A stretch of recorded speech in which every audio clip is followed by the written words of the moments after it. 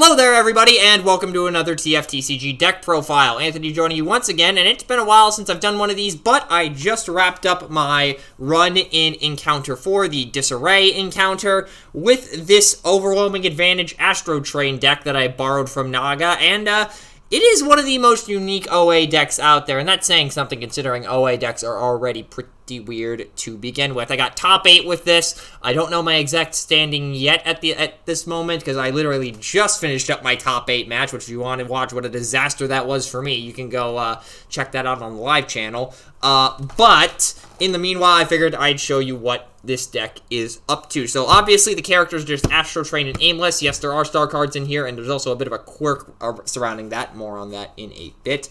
If you're not familiar with Astrotrain, he just gets more stats the more upgrades you throw onto him. Just a all-around good character in that regard. And Aimless, he's here because he has tough 3, allowing you to mill for your overwhelming advantages just a little bit quicker. You're not even playing him for the upgrade. You are just playing him for the tough here, so he's actually relevant on defense for once. As for our stratagems, we are playing 3 of them here. Villainous Spotlight. Technically, you don't need this, but it's in the main board because that's what Naga did, and he did bad math, so it's up to you if you want to keep it or not. I personally keep it in the main board because it makes the sideboarding process actually a bit easier and allows you to play more stuff in the sideboard, so I'd recommend keeping it in here. Again, you don't technically need to, but you might want to if you want more stuff in the sideboard, otherwise you're losing a slot on that. We're also playing Stuck on You. This is for certain combo lines in which you have 3 out of the 5 colors, but you need an armor to complete it. You can use this in order to complete your color set. And then finally, Fully Loaded. This is why Astrotrain is the main character for OA in this deck. If you're not familiar with this is out of Wave 7. It reads, when your Astrotrain flips to another mode, scrap the top card of your deck. If it's an upgrade, you may play it onto him. And Astrotrain has +1 health for each upgrade on him, up to a max of 3. So he can have 17 health. He has a bunch of attack when he gets a bunch of upgrades. He's able to essentially field comm upgrades off of the deck. All around a fantastic card, which just allows you to turbo into OA. This deck can hit it as early as turn 2 in most situations. Sometimes it has to wait until turn 3, but that's completely fine. There is actually one line where you could get it on turn 1. If you flip Astrotrain to train mode or into one of his other modes, going second after flipping either a Terrifying Resilience or a Sturdy Armor. And if you get a Field Comm off the Fully Loaded trigger, play the Field Comm, hit the armor you did not flip for battle, so either Sturdy Armor or Terrifying Resilience. You get that off the Field Comm. You use Stuck on You to pull on the armor you did flip, and then play Overwhelming Advantage for turn. You have a turn 1 OA, but that is very unlikely. In fact, I think I've never seen it before, so it's theoretically possible, but you have to have a lot of stuff go right to do it. Realistically, you're getting OA on turn 2 or turn 3. And when I say turn 2 and turn 3, I mean actual, well, again, for those of you who don't know, I have beef with some Yu-Gi-Oh! Players over this, but when I say turn 2, I mean your turn 2, not the total turn 2. Nobody refers to it like that outside of Yu-Gi-Oh! Anyways, enough with me rambling. That is our stratagem lineup.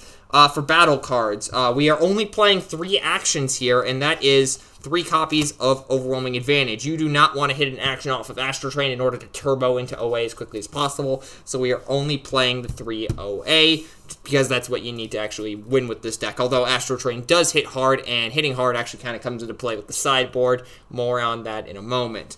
For our upgrade suite, we are obviously playing a lot of them. First off, 3 backup beam. It's got 2 of the colors. It's bold 2. Pretty much everything you could want in an OA upgrade. We're additionally playing 3 Bashing Shield for removal reasons. Hollow Matters obviously shut this deck down, so you want to get rid of them as soon as possible. Plus, it's 2 colors, so it fits right into the OA shenanigans. I'm going to move Astrotrain and Aimless out of here just so we have a bit more room, as well as the stratagems.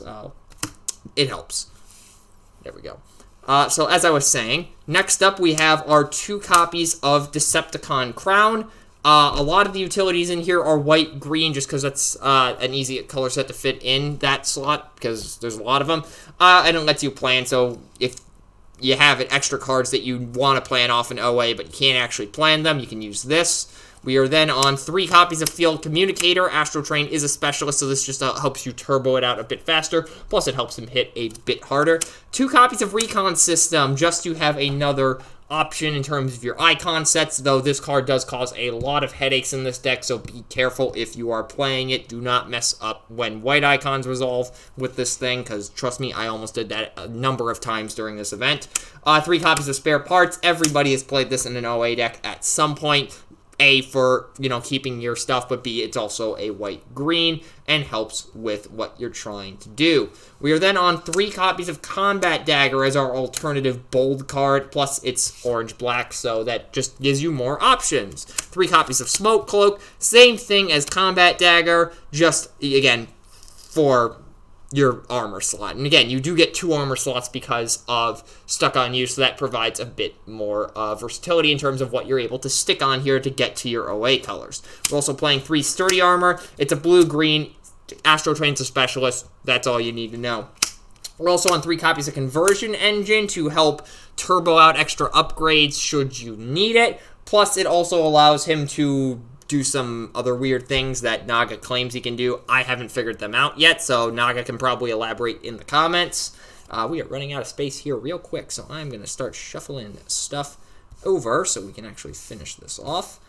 3 copies of Terrifying Resilience, another classic OA card. It's an orange-black armor, and with the second armor slot, you can basically just get OA without a weapon, though I would not recommend it because you need that bold.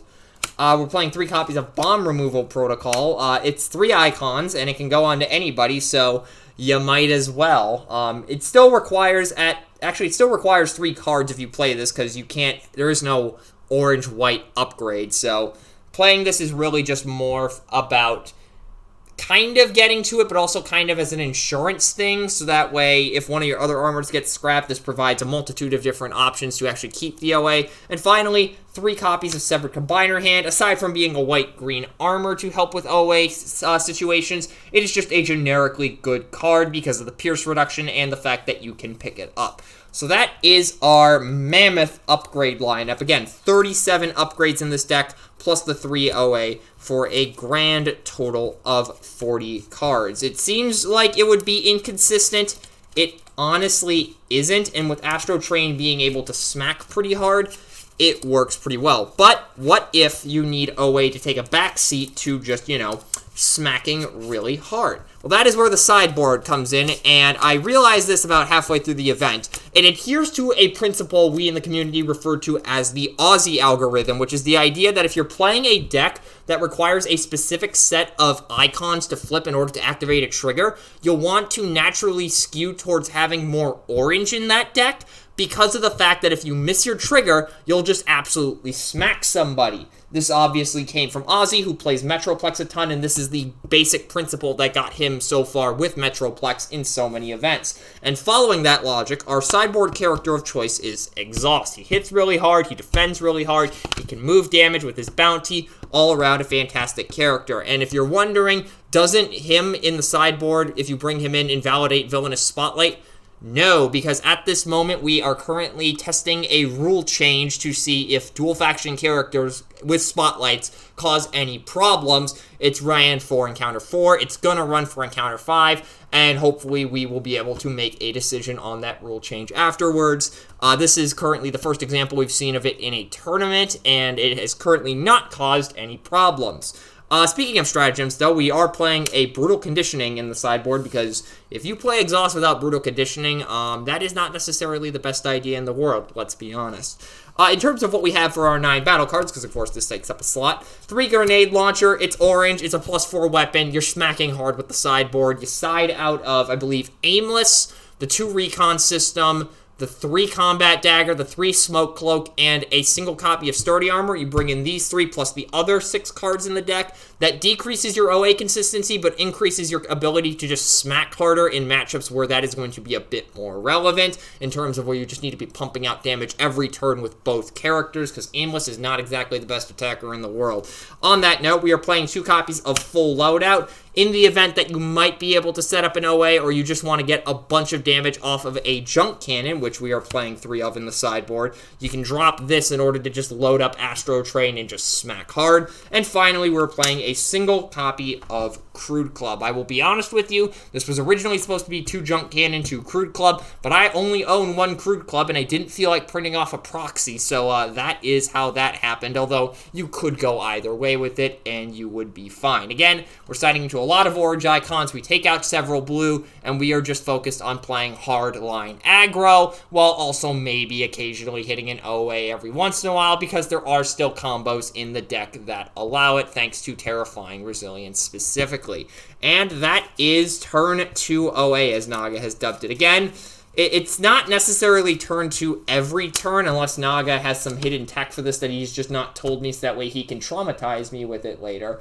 But at the very minimum, it is actually a surprisingly fun deck to play, and despite the fact that, again, it does fire off one of the most powerful cards in the game on turn 2, it is a fairly balanced deck from what I saw. I went 3-2 with it in the event, and then lost in top 8. So there is counterplay here if you are able to, you know, identify what's going on fairly quickly, and be able to use Aimless's KO to your advantage, figure out which upgrades you need to knock off of Astrotrain in order to minimize the chances of getting an OA off on him. There is counterplay here. You just have to know what to look for, similar to kind of how last line of defense is. You don't show that to a rookie because they aren't as familiar with what the weaknesses are going to be immediately by looking at it. This is in a very similar ballpark. So hopefully you enjoyed this. A shorter video for the Thursday thing.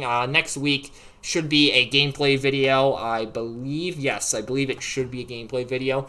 And yeah, hopefully you enjoyed this. If you did, there's a little red button you can push down below to show that. And stand by for some gameplay from TFCon Toronto. I only got 1 match recorded, but it was a pretty decent one, so you'll have that to look forward to. But in the meantime, that will do it for this video. Peace out, y'all.